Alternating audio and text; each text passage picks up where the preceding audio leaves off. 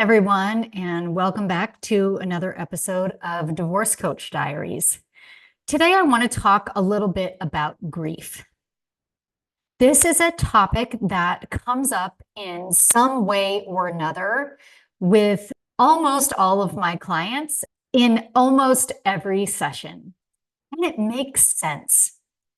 So, a really basic definition of grief is feelings that you experience after a significant loss.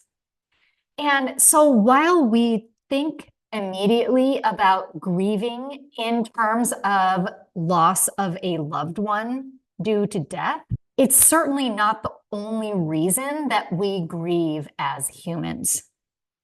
So I want to talk specifically about some of the grieving that I see happening in my clients that is due to loss of a partnership or divorce. So there are the obvious pieces to this, like loss of your life partner. And sometimes this gets really tricky and really complicated feeling inside with my clients when a lot of them chose to leave that relationship. Most of my clients are women who have left toxic partnerships.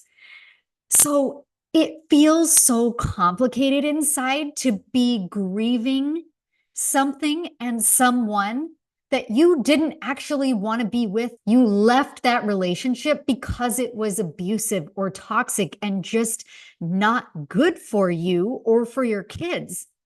And so often we have these really complicated feelings inside, like, well, should I even be grieving it if I chose to leave?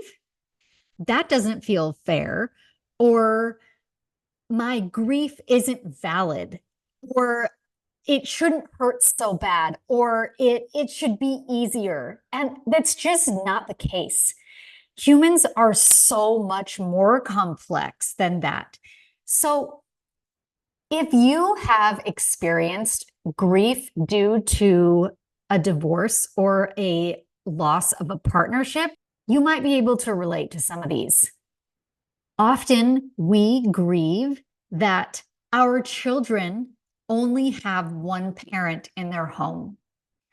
And society teaches us that kids need two parents and that that's the best way for a child to develop healthy and strong and have the best chances for success in their adult life. And while that sounds so lovely, and with two healthy parents, that certainly is ideal for everyone, it's just not the reality for a lot of us. Some of us grew up with two involved, healthy, loving, committed parents, committed to each other, committed to their kids, committed to growth. And that's what we want for our kids as well. Or some of us didn't grow up with that. And we thought that we'd be the ones to give our kids what we didn't have. So when you get divorced or you leave a partnership, of course, there is going to be grief for that.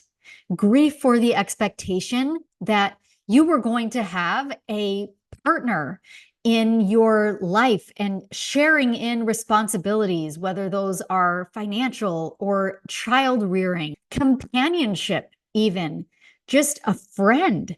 And so, of course, it makes sense that when we get divorced or we leave that partnership, we are going to grieve that as a significant loss.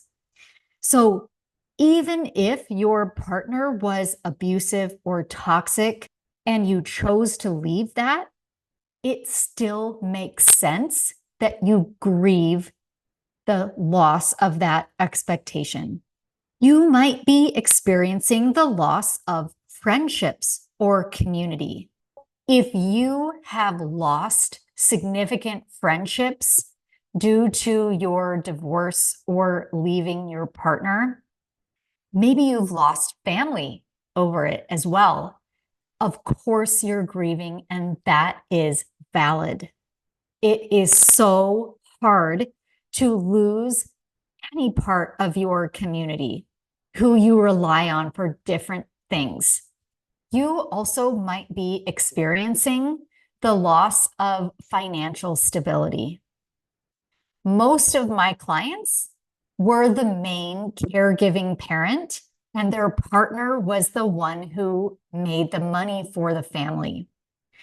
And when you choose to leave that partnership, often that means that you lose a lot of financial stability and you have to rebuild your life in that way as well. And it is messy and it is complicated and it is so easy to look at that as unfair. And it makes sense why you are grieving. So if you are grieving that, don't tell yourself it doesn't matter, it's just money, or we have what we need. It's grief, it is loss of that stability, and let yourself feel that loss. You also might be grieving the loss of your home. Often in divorce, the family home ends up needing to be sold and moved out of, and that is hard. And so if you are grieving that, it makes sense. It is a real loss. You might be grieving the role that you were playing in your family. Most of my clients are women, and a lot of them stayed at home raising their kids. And when they got divorced, they weren't able to do that anymore. And that is a loss. It is okay to grieve that you are not able to fulfill the role that you wanted to, that you chose to, that you worked hard to be able to do. It's okay to grieve that. And really importantly, you might be grieving your loss of self, especially in toxic or abusive partnerships. You lose yourself. You are walking on eggshells. You are trying to meet the needs of this person whose needs it is impossible to meet. And every day you lose a little bit more of yourself, and that is a reason to grieve. So if you're grieving that, it makes sense. And it doesn't mean that you will be lost forever. Loss of self is not a permanent loss. So I want to talk a little bit about a particular type of grief that we experienced in my house just a few weeks ago. We lost our beloved dog. Wrigley was 8, and my oldest is 17 and my youngest is 12. And so my 2 younger kids certainly don't ever remember not having Wrigley in our house. Losing that dog was so much more painful than I ever could have imagined. It was a grief unlike anything I had ever known.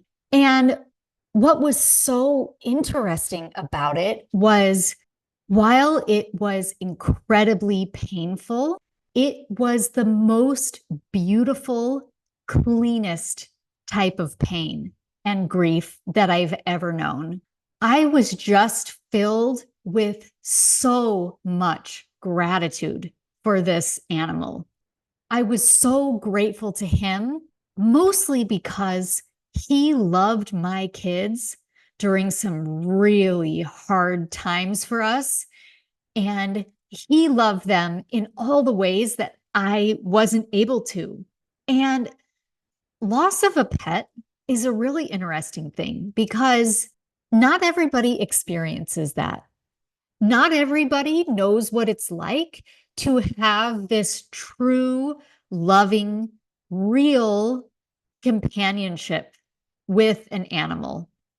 But this dog was a part of our family. And it was a beautiful thing. And I wouldn't trade it for the world. He died really unexpectedly and really quickly. He got sick. The next week, they gave him a cancer diagnosis, and 3 days later, he died. And so there were all sorts of really complicated feelings that went along with all of this. But I just kept coming back again and again and again to my love and gratitude for this guy. And I was able to experience that with my kids. And it was interesting to me, kind of being the watcher as well, and just observing myself and how I showed up for myself, how I showed up for my kids, how I showed up even for Wrigley in those last couple of weeks of his life. And I'm so grateful for the work that I had already done on myself and the work I had done in particular in being comfortable being uncomfortable or being okay with not being okay. Because there was never a time that I felt like, okay, pull it together, Meg. You can't cry this much in front of your kids. I was really proud of myself for the way that I showed up. And I never felt like I needed to hide anything from my kids. I cried more the week surrounding his death before and after than I think I ever have in my life. And it was a beautiful experience. And I never felt like I needed to show my kids anything other than the authentic mom that they had right then. And giving them the space to be sad and to not be okay and to show them what it looks like to move through something really hard was such a beautiful experience for us. And I think that as a parent, that was the most important thing I could have done for my kids is to show them how to feel and to give them permission to feel whatever it is they're feeling. And because I did that, and I'm not speaking for any of them, but because I let myself feel everything, I was able to move through it. And of course, I am always going to miss that guy. He was irreplaceable and he will always be in our family. But I was able to move through that because I didn't have any constraints on myself. I didn't ever tell myself, don't let your kids see you be sad, or you need to be stronger, or it's just a dog. Why are you so upset about this? It was the most beautiful experience. And it was really bonding for my kids and I also to be able to spend that time together and to experience this together. So often we talk about like, what should our grieving look like? Or how do we know if we've grieved enough? Or am I doing it wrong? Or shouldn't this be easier now? And unfortunately, that's just not how it works. When you're dealing with a significant loss, there are going to be good days and there are going to be hard days. And there are going to be days where you feel so emotional. There are going to be days where the pain feels cleaner than others. And of course, using the example like losing our dog, that's so easy for me to think of in a clean way. He was pure goodness and we all loved him so purely, and he loved us beautifully and purely. There was no resentment, there's no anger, any of those other more complicated emotions that often come with grief.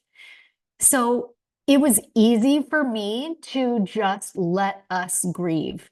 But with something like a divorce, that can be a lot more challenging. You might be dealing with grieving this person who was awful to you, but I want to give you permission to grieve that relationship. Grieve your expectations not matching up with reality. Let yourself grieve and be sad or upset or angry or whatever it is you need to feel it.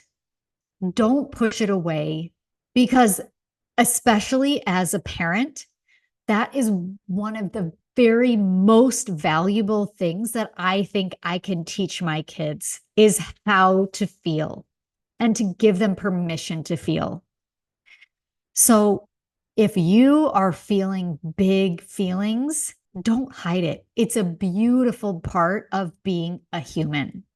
Grief is part of love, and it is worth it to love. Thanks for joining me today, friends.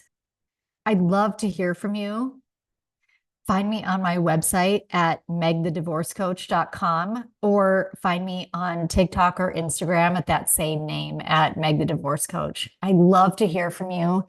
Please leave me a comment or schedule a mini session. And if anything that I talked about today resonates with you, or if you have questions, I would love to hear from you.